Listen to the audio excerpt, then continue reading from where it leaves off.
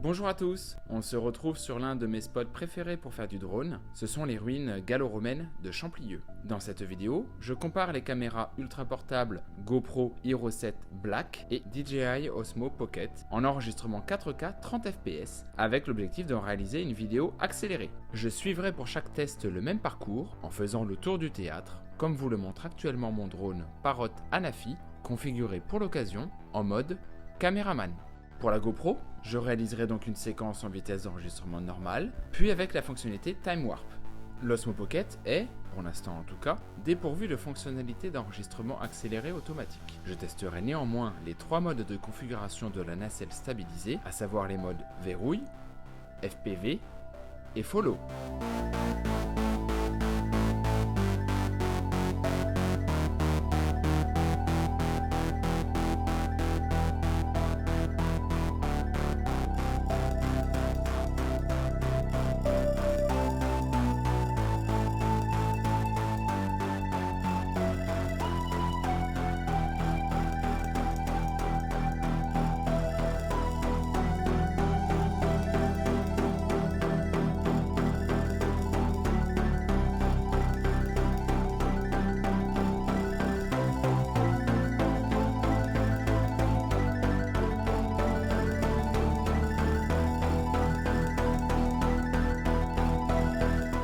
Pour rendre la comparaison encore plus objective, j'ai aussi réalisé un tour de théâtre avec la GoPro en mode linéaire, ce qui a pour conséquence de retirer l'effet fisheye de l'image GoPro, bien que ce mode ne soit accessible qu'avec la résolution 2,7K.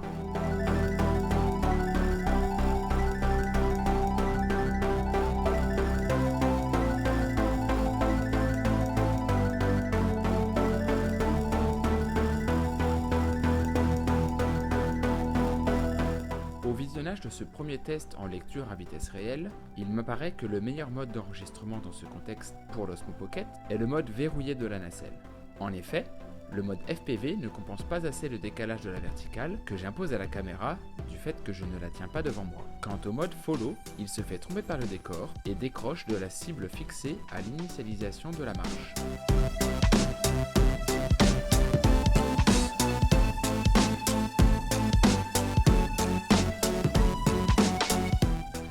Je remarque des soucis de focus, même si DJI avait intégré un correctif dans une précédente mise à jour. Espérons que sur ce sujet, le firmware progressera encore dans les semaines à venir. En comparant le mode verrouillé de l'Osmo Pocket avec la GoPro en mode linéaire à 2,7K, je trouve la stabilisation meilleure et plus fluide sur l'Osmo Pocket. En revanche, je suis plus séduit par le rendu des couleurs et des contrastes de la GoPro dans les conditions de prise de vue de ce jour-là. Je précise d'ailleurs que je n'ai apporté aucune correction ou amélioration colorimétrique sur l'ensemble des plans vidéo présentés ici.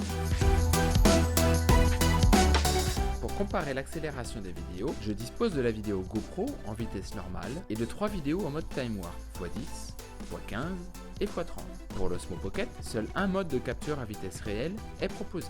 Je vais donc comparer la capture à vitesse réelle des 2 caméras au mode Time Warp x10, x15 et x30 de la GoPro.